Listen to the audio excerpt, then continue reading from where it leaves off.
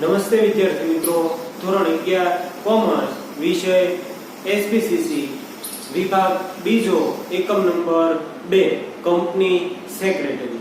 બરોબર ને? તો ગયા વિડિયો લેક્ચરની અંદર આપણે છે એ કંપની સેક્રેટરી વિશે છે એ માહિતી મેળવી છે. બરોબર? એની અંદર છે આપણે કંપની સેક્રેટરીના ગુણો છે એમના વિશે માહિતી મેળવી હતી. તો આપણે કંપની સેક્રેટરીના 3 ગુણો છે એમના વિશે માહિતી મેળવી હતી કે ભાઈ સેક્રેટરી પાસે એ સુંદર સ્વાસ્થ્ય છે એ હોવું જોઈએ. શા માટે?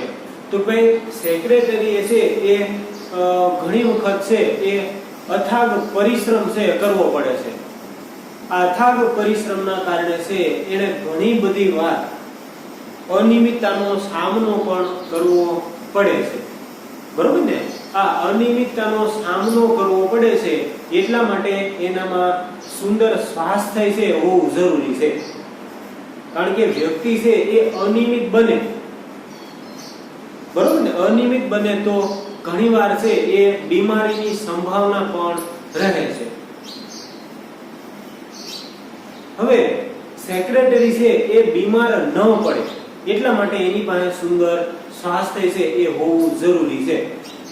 સેક્રેટરી પાસે જો સુંદર સ્વાસ્થ્ય હશે તો એ માનસિક રીતે પણ સ્વસ્થ રહેશે, અને માનસિક રીતે સ્વસ્થ રહેશે તો એને જે કામ સોંપેલા છે એ કામ વ્યવસ્થિત રીતે છે એ પાર પાડી શકશે. એટલા માટે એની પાસે એ સુંદર સ્વાસ્થ્ય હોવું જરૂરી છે.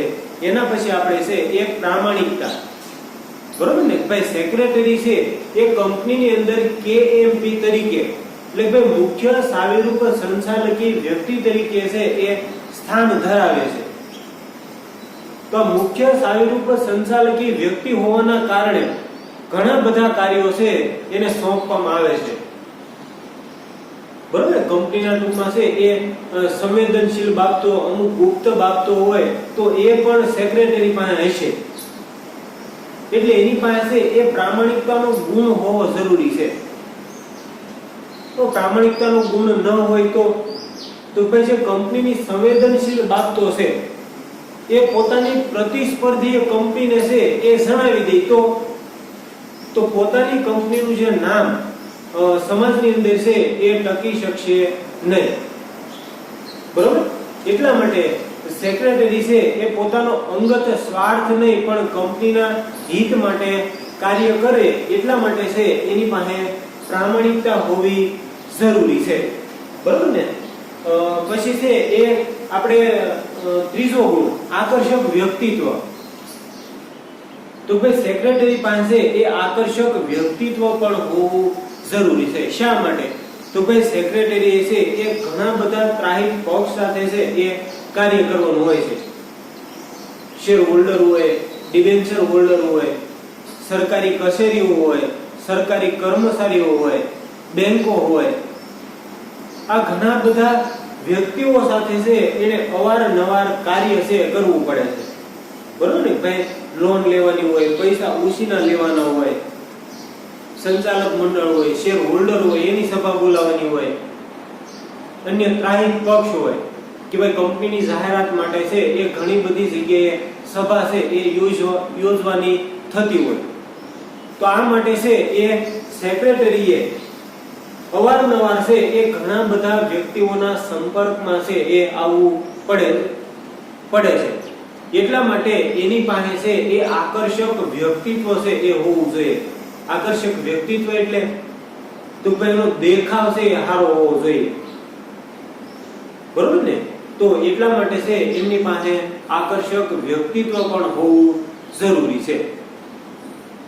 હવે પછીનો ગુણ છે એમને આપણે પાઠ્યપુસ્તકમાંથી છે એ વિગતે માહિતી મેળવીએ. બરોબર ને? તો આપણે આ 3 ગુણ છે જોયા હતા કે ભાઈ સુંદર સ્વાસ્થ્ય, પ્રામાણિકતા અને આકર્ષક વ્યક્તિત્વ. એમના પછી છે એ ચોથો ગુણ છે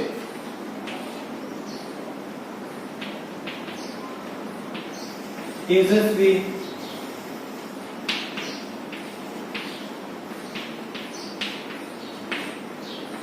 બુદ્ધિ પ્રતિભા. બરોબર ને? તેજસ્વી બુદ્ધિ પ્રતિભા. તો ભાઈ સામાન્ય જે બુદ્ધિ છે એના કરતા થોડી વધારે બુદ્ધિ.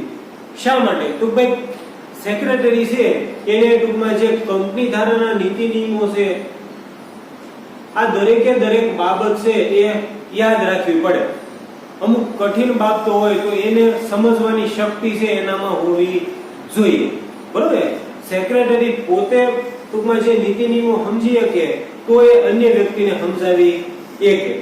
બરોબર ને? પછી ટૂંકમાં છે દાખલા તરીકે શેર બહાર પાડવા, ડિબેન્ચર બહાર પાડવા, ઉછીની મૂડી મેળવવી, આ બધા માટે છે એ કાયદેસરની કાર્યવાહી કરવી પડે. એટલે ભાઈ સરકારી ધારા ધોરણ પ્રમાણે છે આ દરેક કાર્યો છે સેક્રેટરીએ કરવાના હોય. તો આ કાર્યો કરવા માટે છે એનામાં તેજસ્વી બુદ્ધિ પ્રતિભા છે એ હોવી જોઈએ. તો એની અંદર છે કે ભાઈ સેક્રેટરીએ રોજબરોજના વહીવટી કાર્ય છે એ કરવાના હોય છે. સેક્રેટરીએ ધંધાકીય, આર્થિક, ધારાકીય અને નીતિ વિષયક ફરજ છે એ બજાવવાની હોય છે. આ કાર્યો સરળતાથી થાય તે માટે તેનામાં છે એ તેજસ્વી બુદ્ધિ પ્રતિભા છે એ જરૂરી છે. બરોબર ને? અમુક છે કંપની ધારાના નીતિ નિયમો પ્રમાણે છે એ સેક્રેટરીએ કાર્યો છે એ કરવા પડે. તો દાખલા તરીકે શેર બહાર પાડવો હોય તો એના માટે છે એ કઈ પ્રક્રિયા કરવી પડે. આ સેક્રેટરીને ખબર હશે તો એ શેર બહાર પાડી શકશે. શેરની વહેંચણી કરવી હોય, બરોબર ને? પછી ટૂંકમાં છે એ શેર હોલ્ડરોની સભા બોલાવવાની હોય. એની અંદર છે એ ક્વોરમ અને પ્રોક્સી આવે. ક્વોરમ એટલે કે ભાઈ હાજર સંખ્યા અને પ્રોક્સી એટલે જે હાજર ન રહી શકે એના બદલે જે વ્યક્તિ આવે છે એ વ્યક્તિને છે એ પ્રોક્સી કહેવાય. તો ક્યારે ટૂંકમાં છે એ હવે પૂરતી સંખ્યા ન થઈ હોય તો સભા છે એ બરખાસ્ત કરવી પડે. પ્રોક્સી ક્યારે આપી શકાય, ક્યાં નીતિ નિયમો પ્રમાણે છે એ પ્રોક્સીની નિમણૂક કરી શકાય. બરોબર ને? આ દરેક કાર્યો કરવા માટે છે એ સેક્રેટરીમાં તેજસ્વી બુદ્ધિ પ્રતિભા છે એ હોવી જોઈએ. એટલે કે રોજબરોજના ઘણા બધા કાર્યો છે એ સેક્રેટરીએ કરવા પડે છે. આ કાર્યો કરવા માટે છે એ સેક્રેટરીમાં તેજસ્વી બુદ્ધિ પ્રતિભા છે એ હોવી જોઈએ. એના પછીનો ગુણ છે 5મો, નિર્ણય શક્તિ.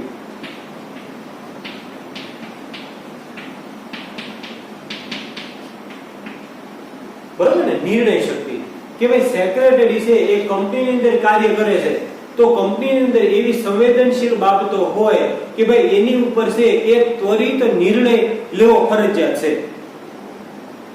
બરોબર ને?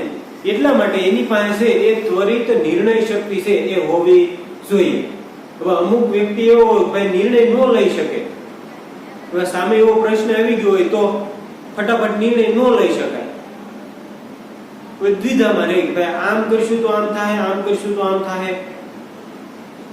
બરોબર ને? એટલે સેક્રેટરી પાસે એ નિર્ણય શક્તિ હોવી જોઈએ. હવે દાખલા તરીકે કંપની અંદર કોઈ પણ એવો મુશ્કેલ પ્રશ્ન અથવા તો કઠિન પ્રશ્ન આવી ગયો હોય તો એને એની ઉપર નિર્ણય છે એ લઈ શકે. બરોબર ને? એવી બુદ્ધિ છે એનામાં હોવી જોઈએ. જો એની અંદર છે કે ભાઈ કોઈ પણ બાબતમાં ત્વરિત નિર્ણય લેવાનું કાર્ય છે એ મુશ્કેલ હોય છે. કોઈ પણ બાબત હોય, આપણે સામાન્ય જીવનના અમુક એવા પ્રશ્ન હોય તો એની ઉપર આપણે ત્વરિત નિર્ણય છે એ ન લઈ શકીએ.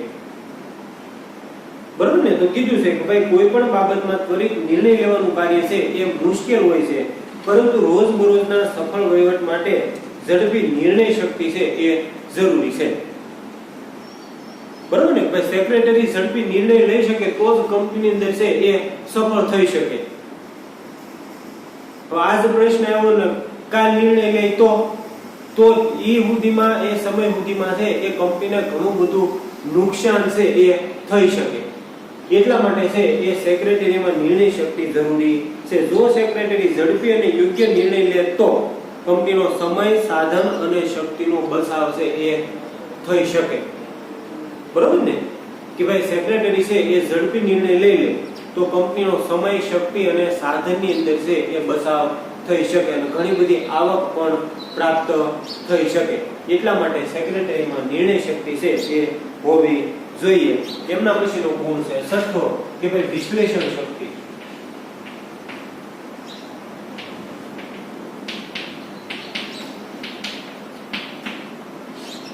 બરોબર ને? ભાઈ ઝડપથી નિર્ણય લઈ શકે તો એને ટૂંકમાં છે એ દૂરોગામી અસરો કે આપણે આ બાબત છે તો એનો આમ નિર્ણય લઈશું તો ભવિષ્યની અંદર છે એની અસર આપણી ઉપર કેવી પડશે, બરોબર ને? એનું વિશ્લેષણ શક્તિ, ભાઈ ઝડપી નિર્ણય લઈ લીધો પછી વિશ્લેષણ છે એનામાં હોવું જોઈએ કે કોઈ પણ પ્રશ્ન ઊભો થાય તો ભાઈ આ નિર્ણય લઈશ તો એની દૂરોગામી અસર છે આવી થાય, આમ નિર્ણય લેવું તો એની ભવિષ્યની અંદર છે આવી અસરો થશે. એટલે ભાઈ કોઈ પણ પ્રશ્ન હોય એનો નિર્ણય લેતા પહેલા સેક્રેટરીની અંદર છે એ વિશ્લેષણ શક્તિ હોવી જોઈએ. વિશ્લેષણ શક્તિ એટલે દાખલા તરીકે કોઈ પણ પ્રશ્ન આવ્યો તો એનું વિશ્લેષણ ઝડપી છે એ કરી શકતો હોવો જોઈએ. વિશ્લેષણ એટલે તો ભાઈ જો આ નિર્ણય લેવો તો એની ભવિષ્યની અંદર છે કંપનીની ઉપર આવી સારી અસરો થશે, આ બાજુ નિર્ણય લેવું તો ભવિષ્યની અંદર છે એ કંપનીને ઘણી બધી છે એ ખોટ અથવા તો નુકસાન છે એ થશે. આને વિશ્લેષણ શક્તિ કહેવાય, બરાબર? વિશ્લેષણ કરવું કે ભાઈ અમુક સારા પ્રશ્નો હોય તો એનું આમ પણ વિશ્લેષણ કરવું, ખરાબ હોય તો એનું આવું વિશ્લેષણ કરવું. એ રીતે છે એ સેક્રેટરીની અંદર વિશ્લેષણ શક્તિ છે એ હોવી જોઈએ કે ભાઈ સેક્રેટરીએ કંપની વતી કરારો છે એ કરવાના હોય છે. કરારો, બરોબર ને? ભાઈ અમુક માલ સામાન લેતા હોય, અમુક ખરીદતા હોય, જથ્થાબંધ લેતા હોય તો એની સાથે છે કરાર કરવો પડે, બરોબર? તો કીધું છે કે સેક્રેટરીએ કંપની વતી છે એ કરારો કરવાના હોય છે. તેના સંદર્ભમાં જુદા જુદા પાસાઓનું વિશ્લેષણ કરવાની ક્ષમતા છે એ હોવી જોઈએ, બરોબર? આ કરાર કરવા માટે છે એ વિશ્લેષણ શક્તિ હોવી જોઈએ કે ભાઈ આપણે કંપની વતી છે એ આ કરાર કરશું તો કંપનીને ફાયદો થાય કે નુકસાન થશે. ફાયદો થાય તો કઈ રીતે ફાયદો થાય, લાંબા ગાળે થાય, ટૂંકા ગાળે થાય, કેટલા પ્રમાણમાં ફાયદો થાય, આ બધું વિશ્લેષણ કર્યું કહેવાય, બરોબર? એટલે કરાર કરવા માટે છે એ જુદા જુદા પાસાઓનું વિશ્લેષણ કરવાની ક્ષમતા છે હોવી જોઈએ. કોઈ વહીવટી પ્રશ્નો ઊભા થાય તો તેમની છણાવટ કરી કે ભાઈ કોઈ પણ પ્રશ્ન પૂછ્યો તો એ પ્રશ્ન ઉપર છે એ મનોમંથન કરી અને દૂરોગામી પરિણામો વિચારીને નિર્ણય લેશે. દૂરોગામી પરિણામો, દૂરોગામી એટલે ભવિષ્યના સમયમાં કંપની ઉપર સારી અસર થાય કે ખરાબ અસર થાય એ દૂરોગામી પરિણામો વિચારીને નિર્ણય લેશે. જો વિશ્લેષણ ક્ષમતા ન હોય તો કોઈ ખોટો નિર્ણય લેવાઈ જવાનો ભય છે એ હોય છે, બરોબર? વિશ્લેષણ શક્તિ ન હોય તો કે ભાઈ કોઈ ખોટો નિર્ણય લેવાઈ જવાની ટૂંકમાં છે એ ભય રહે અને આ ભયના કારણે છે એ કોઈ પણ કાર્ય છે એની અંદર બગાડો થશે. એટલે કોઈ પણ કાર્ય કરતા હોય તો એ કાર્ય છે એ વ્યવસ્થિત રીતે પાર છે એ ન પડી શકે, બરોબર ને? એટલા માટે સેક્રેટરીની અંદર છે એ વિશ્લેષણ શક્તિ છે એ હોવી જોઈએ, બરોબર? એમના પછી છે એ ઉત્સાહ છે. સાતમો ગુણ છે એ ઉત્સાહ. કે ભાઈ ખબર છે કે કોઈ પણ વ્યક્તિ છે એ ઉત્સાહથી કાર્ય કરતી હોય તો એ કાર્ય છે એને સારી રીતે પાર છે એ પાડી શકાય. અને નિરુત્સાહી વ્યક્તિઓએ કામને બોજ બનાવી દે, બરોબર ને? ભાઈ સેક્રેટરી છે તેને ઘણા બધા કાર્યો કરવાના હોય, ભાઈ સવારથી લઈ અને સાંજ સુધીમાં દરેક કાર્યો સેક્રેટરીના હાથમાં હોય. શેર બહાર પાડવો હોય, ડિબેન્ચર બહાર પાડવો હોય, કંપનીની સભા બોલાવવાની હોય, બરોબર? કોઈ સભા યોજવાની હોય તો આ સભા બોલાવી યોજવી તો એનું આયોજન આખું એને કરવાનું હોય. હવે એવું કે આ કાર્ય આજ નહીં કાલ કરી નાખશું, બરોબર? નિરુત્સાહી વ્યક્તિ હોય તો એવું કહીએ કે ભાઈ આજની કાલ કરીશું તો કાલ પાછા કાલના કામ છે એ ઘણા બધા ભેગા થઈ જાય. તો આ નિરુત્સાહી વ્યક્તિ છે એ કામને બોજ બનાવી દે. ઉત્સાહી વ્યક્તિ છે એ કામને સારી રીતે પાર છે એ પાડી શકે. એટલા માટે સેક્રેટરી પાસે છે એ ઉત્સાહ હોવો જરૂરી છે. જો હવે અહીંયા ઉત્સાહી સેક્રેટરી અન્ય કર્મચારીઓ માટે પ્રેરણારૂપ હોય છે. કંપનીની અંદર કોઈ પણ વ્યક્તિ છે ઉત્સાહથી કાર્ય કરતું હોય તો એ અન્ય વ્યક્તિને પ્રેરણા છે એ આપી શકે કે આ રીતે કાર્ય કરો તો કાર્ય છે એ વધારે સારી રીતે પાર પાડી શકાય, બરોબર? એટલે અન્ય કર્મચારીને માટે પ્રેરણારૂપ હોય છે, કારણ કે નિરુત્સાહી વ્યક્તિ કામને બોજ બનાવી દે છે જ્યારે ઉત્સાહી વ્યક્તિ છે એ કાર્યને સરળ બનાવે છે. હવે આપણને ખબર છે કે નિરુત્સાહી વ્યક્તિ હોય તો એ કામને બોઝ બનાવે અને ઉત્સાહી વ્યક્તિ હોય તો એ કાર્યને સરળતાથી પાર પાડી શકે. એટલા માટે છે એ સેક્રેટરીમાં ઉત્સાહ પણ હોવો જોઈએ, કારણ કે સેક્રેટરી છે એ ઘણા બધા કાર્યો એક સાથે છે એ કરવાના હોય છે. બરોબર? તો આજના દિવસ પૂરતું છે આટલું રાખીએ. તો આપણે અહીંયા છે નવું તેજસ્વી બુદ્ધિ પ્રતિભા, નિર્ણય શક્તિ, વિશ્લેષણ શક્તિ અને સેક્રેટરીની અંદર છે એ ઉત્સાહ પણ હોવો જોઈએ. બરોબર? આજના દિવસ માટે છે આપણે આટલા ગુણો રાખીએ. આ ગુણો છે તમારે વ્યવસ્થિત રીતે તૈયાર કરવાના રહેશે. હવે પછીના સેક્રેટરીના બાકીના ગુણો છે એ આપણે હવે પછીના વર્ગની અંદર છે એ જોઈશું.